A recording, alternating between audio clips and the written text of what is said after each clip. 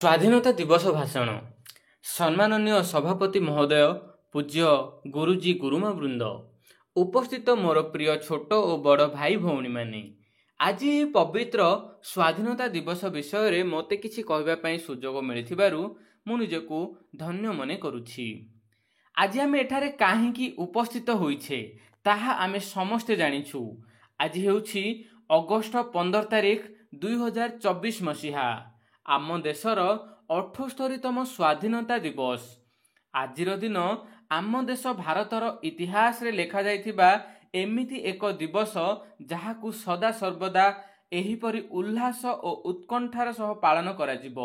ବହୁତ ବର୍ଷର କଠିନ ପରିଶ୍ରମ, ଦୃଢ଼ ଆତ୍ମବଳ ଏବଂ ଅଦମ୍ୟ ସାହସର ପ୍ରତିବଳରେ ଆଜିର ଦିନ ଅର୍ଥାତ୍ ଅଗଷ୍ଟ 15 ତାରିଖ 1947ରେ ଆମ ଦେଶ ଇଂରେଜମାନଙ୍କ ଠାରୁ ସ୍ୱାଧୀନତା ପାଇଥିଲା।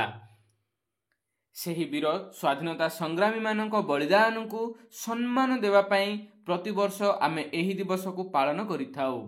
ପ୍ରଥମେ ବିପ୍ଳବ ଆରମ୍ଭ ହୋଇଥିଲା ମଙ୍ଗଲ ପାଣ୍ଡେଙ୍କ ଠାରୁ। ଏହାପରେ ସେ ବିପ୍ଳବର ଅଗ୍ନି ସମଗ୍ର ଦେଶରେ ଖେଳିଗଲା ଏବଂ ଭଗତ ସିଂ, ଖୁଦିରାମ ବୋଷ, ଚନ୍ଦ୍ରଶେଖର ଆଜାଦଙ୍କ ଭଳି କେତେ ଯୁବକ ଏହି ଅଗ୍ନିରେ ଲମ୍ଫ ପ୍ରଦାନ କଲେ। ସେ ଅଗ୍ନିର ତାତି ବଢ଼ି ଚାଲିଲା ସିନା, ହେଲେ କମିଲାନି।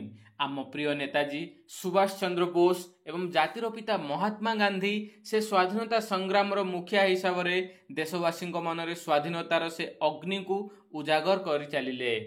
ଆନ୍ଦୋଳନରେ ଭାଗ ନେଲେ ସହସ୍ର ଦେଶବାସୀ। ନେତାଜୀଙ୍କ ଦୃଢ଼ ମନୋବଳ, ସାହସ ଏବଂ ଗାନ୍ଧିଜୀଙ୍କ ଅହିଂସା ନୀତି ବଳରେ ଆମ ଦେଶ ଶେଷରେ ସ୍ୱାଧୀନତା ହେଲା। ହେଲେ ଦେଶ ଖାଲି ସ୍ୱାଧୀନ ହେବା କିଛି ବଡ଼ କଥା ନୁହେଁ। ଏବେ ଆମର କର୍ତ୍ତବ୍ୟ ଆମ ସ୍ୱାଧୀନତା ସଂଗ୍ରାମୀମାନଙ୍କ ବଳିଦାନର ଫଳରେ ମିଳିଥିବା ଏହି ସ୍ୱତନ୍ତ୍ର ଦେଶର ସୁରକ୍ଷା ଏବଂ ସମୃଦ୍ଧିରେ ନିଜକୁ ନିୟୋଜିତ କରିବା। ଆମ ପ୍ରିୟ ଦେଶକୁ ସ୍ୱଚ୍ଛ, ସୁନ୍ଦର ଏବଂ ସୁରକ୍ଷିତ ରଖିବା।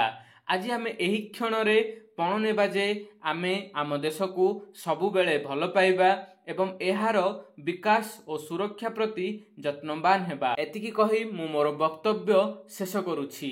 ଜୟ ହିନ୍ଦ, ଜୟ ଭାରତ।